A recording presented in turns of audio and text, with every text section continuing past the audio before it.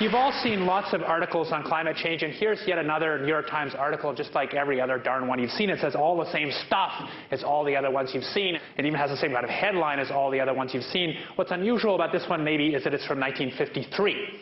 And the reason I'm saying this is that you may have the idea this problem is relatively recent, that people have just sort of figured out about it, and now with Kyoto and the Governator and people beginning to actually do something, we may be on the road to solution. The fact is, We've known about this problem for 50 years, depending on how you count it, and we have talked about it endlessly over the last decade or so, and we've accomplished close to zip.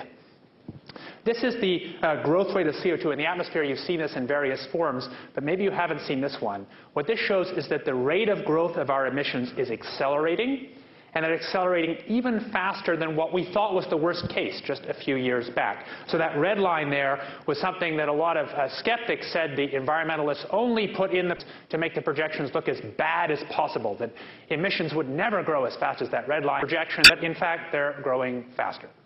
Here's some data from actually just 10 days ago, which shows this year's minimum of the Arctic sea ice, and it's the lowest by far.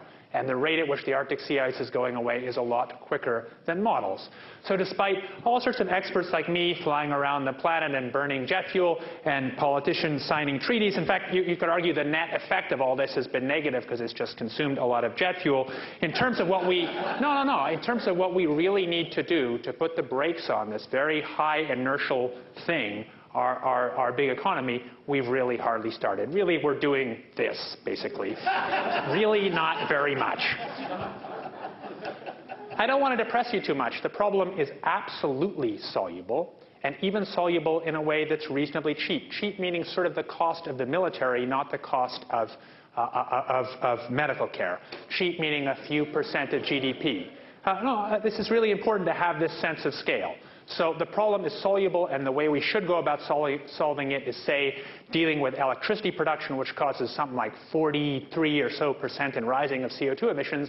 And we could do that by perfectly sensible things like conservation and wind power, nuclear power, and coal with CO2 capture, which are all things that are ready for giant-scale deployment and work. And all we lack is the action to actually spend the money to put those into place. And instead, we spend our time talking. But nevertheless, that's not what I'm going to talk to you about tonight. What I'm going to talk to you about tonight is stuff that we might do if we did nothing. And it's this stuff in the middle here, which is what you do if you don't stop the emissions quickly enough, and you need to somehow break the link between human actions that change climate and the climate change itself. And that's particularly important because, of course, while we can adapt to climate change, and it's important to be honest here, there will be some benefits to climate change. Oh, yes, I think it's bad. I spend my whole life working to stop it. But one of the reasons it's politically hard is there are winners and losers, not all losers. But, of course, the natural world, polar bears, I've spent time skiing across the sea ice for weeks at a time in the high Arctic. They will completely lose, and there's no adaptation. So this problem is absolutely soluble. This geoengineering idea in its simplest form is basically the following.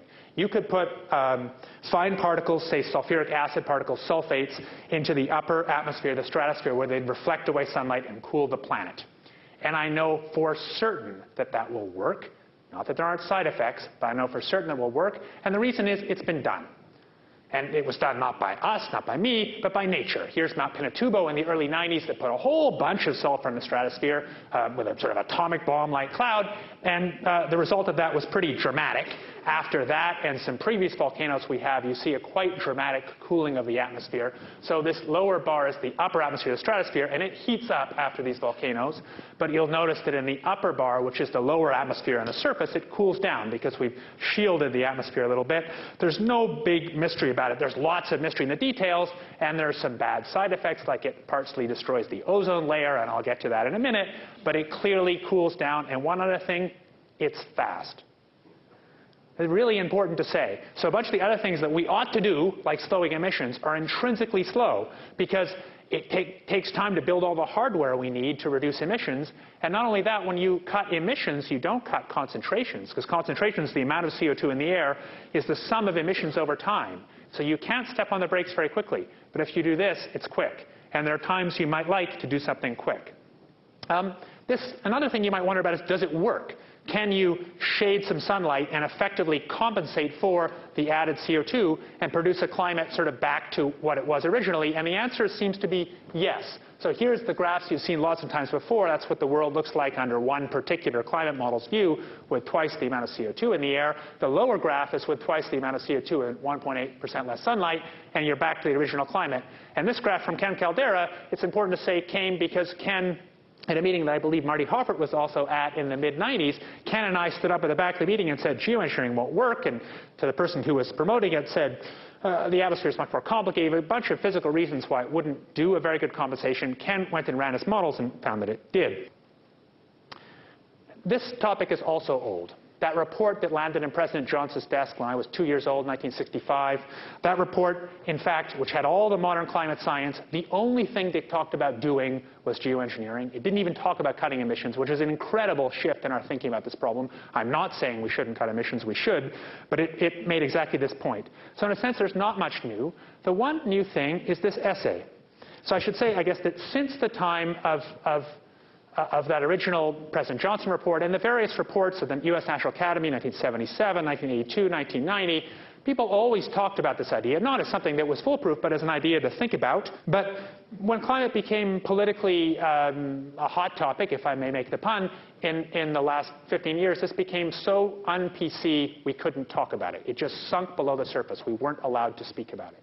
But in the last year, Paul Crutzen published this essay saying roughly what's all been said before, that maybe given our very slow rate of progress in solving this problem and the uncertain impacts, we should think about things like this.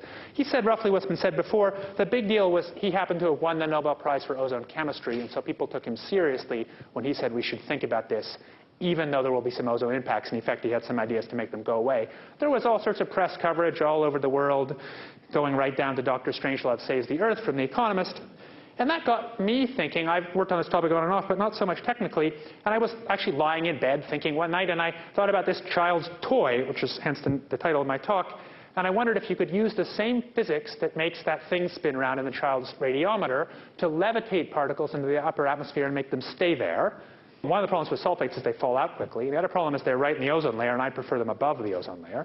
And it turns out, I woke up the next morning and I started to calculate this, and it was very hard to calculate from first principles. I was stumped. But then it found out that there were all sorts of papers already published that address this topic because it happens already in the natural atmosphere. So it seems there are already fine particles that are levitated up to what we call the mesosphere, about 100 kilometers up, that already have this effect. I'll tell you very quickly how the effect works. There are a lot of fun complexities I'd love to spend the whole evening on, but I won't. But let's say you have sunlight hitting some particle and it's unevenly heated. So the side facing the sun is warmer, the side away cooler. Gas molecules that bounce off the warm side bounce away with some extra velocity because it's warm. And so you see a net force away from the sun. That's called the photophoretic force.